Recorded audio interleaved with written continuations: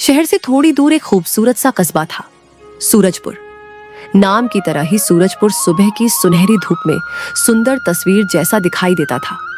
चारों तरफ छोटे बड़े मकान, संकरी गलियां, पुराने पेड़, हरे भरे खेत और मंदिर की घंटियों की आवाज।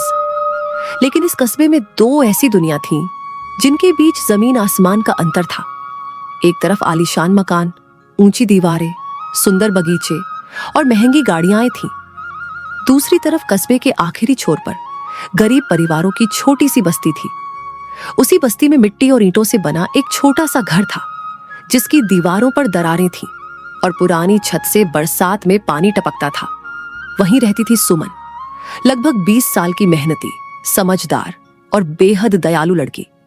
पिता के गुजर जाने के बाद घर की सारी जिम्मेदारी सुमन और उसकी मां कमला के कंधों पर थी। उस दिन भी मुर्गे की पहली बांग के साथ सुमन की आंख खुली। उसने मां की तरफ देखा। कमला पुरानी चारपाई पर लेटी थी और उसका चेहरा कमजोर दिखाई दे रहा था। सुमन ने मां के माथे पर हाथ रखा। माथा थोड़ा गर्म था। सुमन के चेहरे पर चिंता छा गई। माँ, आपका बुखार अभी पूरी तरह उतरा नहीं है। आप मुझसे बार बार कहती रहती हो कि आप ठीक हो, लेकिन मैं आपकी हालत देखकर समझ जाती हूँ कि आप अभी भी बहुत कमजोर हो। आपको डॉक्टर ने आराम करने के लिए कहा था, फिर भी आप मेरी चिंता में खुद को परेशान करती रहती हो। बेटी, माँ अगर अपनी बेटी की चिंता नहीं करेगी तो फिर कौन करेगा? लेकिन तू इतना परेशान मत हुआ कर। मेरी तबीयत थोड़ी खराब है, इसका मतलब ये नहीं कि दुनिया खत्म हो गई। कुछ दिन आराम करूंगी तो ठीक हो जाऊंगी। माँ, आप हमेशा मेरी हिम्मत बढ़ाती हो, लेकिन मैं आपकी बेटी हूँ। मुझे भी तो आपकी परेशानी समझ आती है। जब रात में आपको दर्द होता है और आप चुपचाप करवट बदलती हो, तब मुझे पता चल जाता है कि आपको कितनी तकलीफ है। आप सिर्फ इसलिए कुछ नहीं कहती क्योंकि आपको डर रहता है कि मैं परेशान हो जाऊंगी। कमला कुछ पल बेटी को देखती रही, फिर उसकी आंखें नम हो गईं। तू सच में बहुत बड़ी हो गई है सुमन। कभी कभी मुझे लगता है कि तू मेरी बेटी कम और मेरी माँ ज्यादा बन गई है। जिस उम्र में तुझे अपनी जिंदगी के बारे में सोचना चाहिए, उस उम्र में तू मेरे लिए अपनी खुशियां छोड़ रही है। अगर मेरी मेहनत से आपको थोड़ा आराम मिल सकता है तो मुझे अपनी जिंदगी की कोई खुशी छोड़ने का दुख नहीं होगा। हाँ, आपने भी तो मेरे लिए न जाने कितनी खुशियां छोड़ी हैं। जब मैं छोटी थी तब आपने खुद नई साड़ी नहीं खरीदी, लेकिन मेरे स्कूल की फीस हमेशा समय पर भरी। आज अगर मैं आपके लिए थोड़ा काम कर रही हूँ तो इसमें एहसान जैसी कोई बात नहीं है। ये तो मेरा फर्ज है। बेटी, फर्ज निभाना अच्छी बात है, लेकिन जिंदगी में सिर्फ फर्ज ही मत निभाती रहना। अपने लिए भी थोड़ा जीना सीख। मेरे लिए तो सबसे बड़ी खुशी यही है कि आप मेरे सामने मुस्कुराती रहें। बाकी चीजें बाद में भी मिल जाएंगी। अच्छा, अब इतनी सुबह सुबह बड़ी बड़ी बातें बंद कर और मुझे पानी पिला। अच्छा माँ, अभी लाई, लेकिन आज आपको दवाई भी समय पर खानी होगी। डॉक्टर ने साफ कहा था कि दवाई बीच में बंद नहीं करनी है। कमला ने नजरें झुका ली। दवाई खत्म हो गई है बेटी। सुमन कुछ क्षण चुप रही। उसे यह बात पहले से पता थी। दवाई खरीदने के लिए पैसे नहीं थे, लेकिन वह अपनी मां को चिंता में नहीं डालना चाहती थी। आज मैं शांति चाची के यहाँ ज्यादा काम करूंगी। शाम तक पैसे मिल जाएंगे, फिर सबसे पहले आपकी दवाई लेकर आऊंगी। लेकिन बेटी, अगर दवाई में पैसे लगा दोगी तो घर का राशन कैसे आएगा? तू पिछले कई दिनों से लगातार काम कर रही है।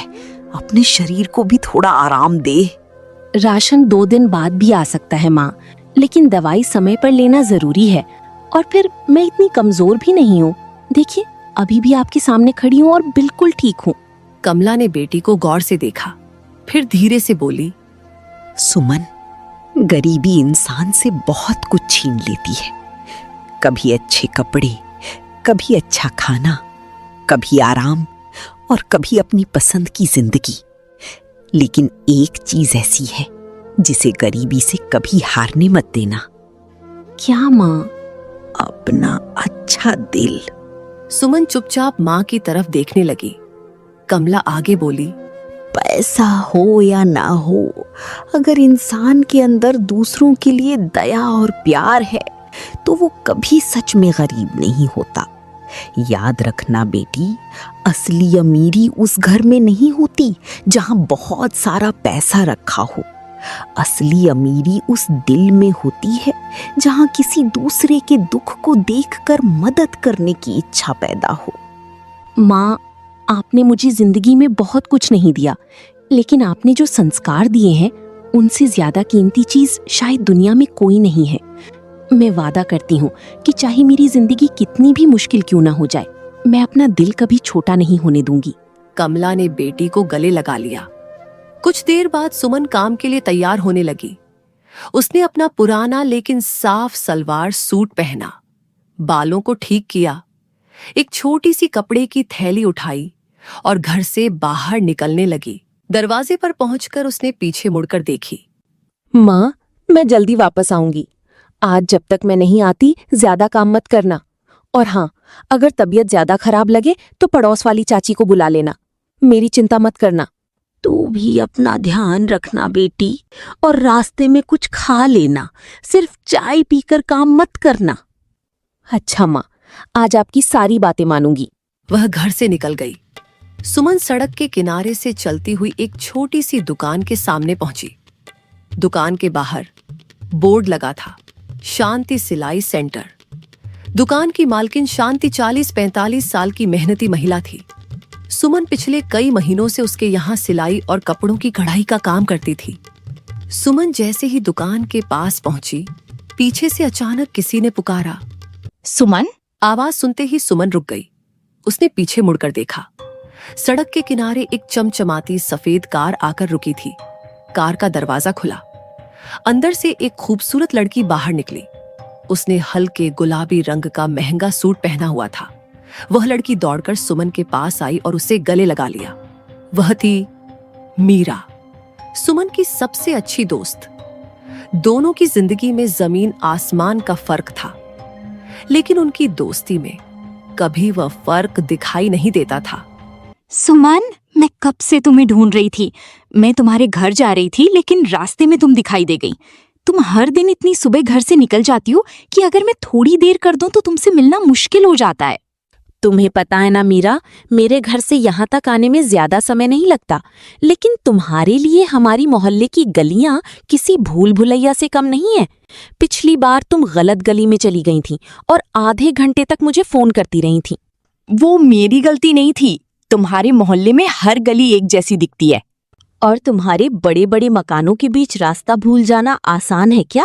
तुम्हारे घर में तो मुझे कभी कभी ये समझ नहीं आता कि कौन सा कमरा कहाँ जाता है। फिर मीरा की नजर सुमन के चेहरे पर गई। उसने तुरंत महसूस कर लिया कि उसकी दोस्त आज कुछ ज्यादा परेशान है। तुम ठीक तो हो? तुम्हारे चेहरे पर थकान साफ दिखाई दे रही है। रात को ठीक से सोई नहीं थी क्या? सुमन ने बात टालने की कोशिश की। मैं बिल्कुल ठीक हूँ, बस माँ की तबीयत थोड़ी खराब है, इसलिए रात में कई बार उठना पड़ा।